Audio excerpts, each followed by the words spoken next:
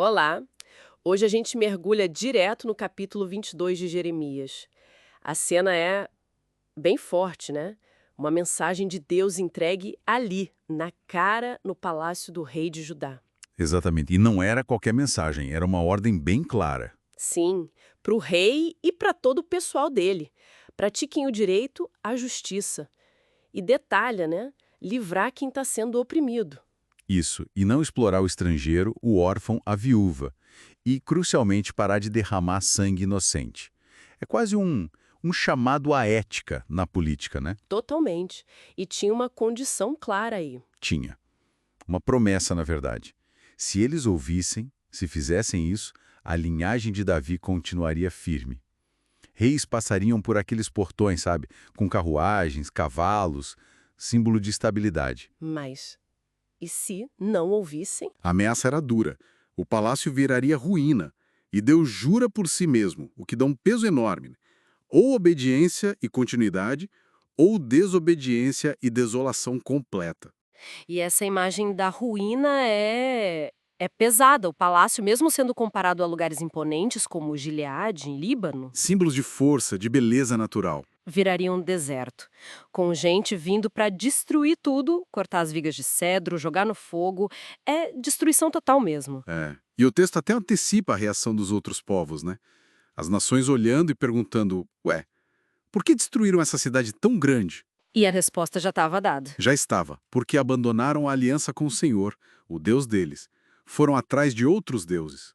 Ou seja, a causa da queda era a infidelidade e injustiça juntas. É uma mensagem coletiva forte, mas aí o profeta vai para o pessoal, né? Fala de reis específicos. Quem é o primeiro? O primeiro é Salum, que a gente conhece também como Joacás, filho do rei Josias. E a ordem é curiosa. Qual? Não é para chorar pelo rei que morreu, o Josias, que foi um bom rei, mas sim por Salum, que foi levado para o exílio, E por quê? porque o destino dele está selado. A profecia diz que ele vai morrer lá, no cativeiro.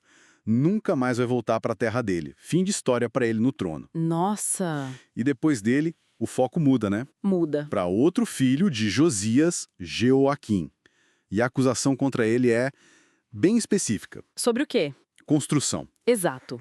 Ai daquele que constrói o seu palácio por meios injustos.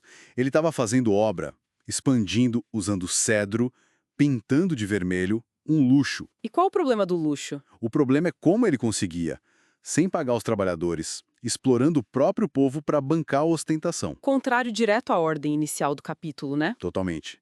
É injustiça na prática. E aí o texto faz um contraste muito forte com o pai dele, Josias. Ah, sim. Josias foi diferente, né? Muito. O texto diz que Josias comeu e bebeu, ou seja, viveu bem. Mas por quê? Praticou o direito e a justiça, defendeu a causa do pobre, do necessitado, e por isso ele prosperou. Entendi. E ali vem aquela pergunta divina, cortante. Não é isso que significa conhecer-me? É impressionante como para Jeremias conhecer a Deus não é só ritual ou crença abstrata. É agir com justiça, É agir com justiça.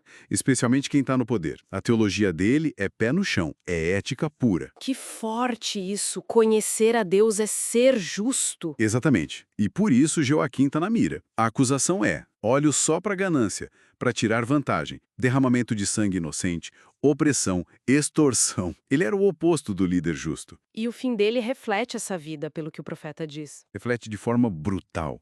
Ninguém ia lamentar a morte dele com aqueles cânticos fúnebres tradicionais, sabe? Tipo, ai meu irmão, ai minha irmã, nada disso. E o tal enterro de jumento, o que significa? É o cúmulo da desonra. Significava que o corpo dele seria arrastado para fora de Jerusalém e largado lá, sem sepultura, sem respeito, um fim humilhante compatível com a vida que levou. Terrível. E a profecia não para nele, né? Chega no filho dele também, Joaquim, ou Cônias. Sim, Jecônias, Cônias, vários nomes para ele. E a imagem usada é poderosa. Deus diz que, mesmo que ele fosse como um anel de selar na sua mão direita, Que é algo super valioso de autoridade e de confiança. exatamente, um símbolo de proximidade e valor. Mas, mesmo sendo isso, Deus diz, eu o arrancaria. Nossa, mesmo com esse valor todo, seria descartado. Seria. A sentença era clara. Ele e a mãe dele, a rainha-mãe, seriam entregues da mão do rei da Babilônia, exilados numa terra estranha. E morreriam lá. Morreriam lá, sem nunca mais voltar para a terra que tanto desejavam.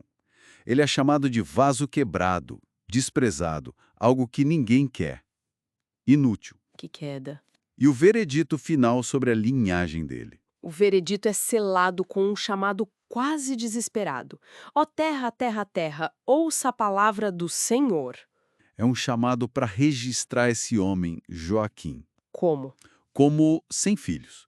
Não no sentido literal, talvez, mas no sentido de sucessão real. Nenhum descendente dele se sentaria no trono de Davi em Judá. A linhagem real, através dele, acabou ali. Ele não prosperaria e a dinastia por ele também não.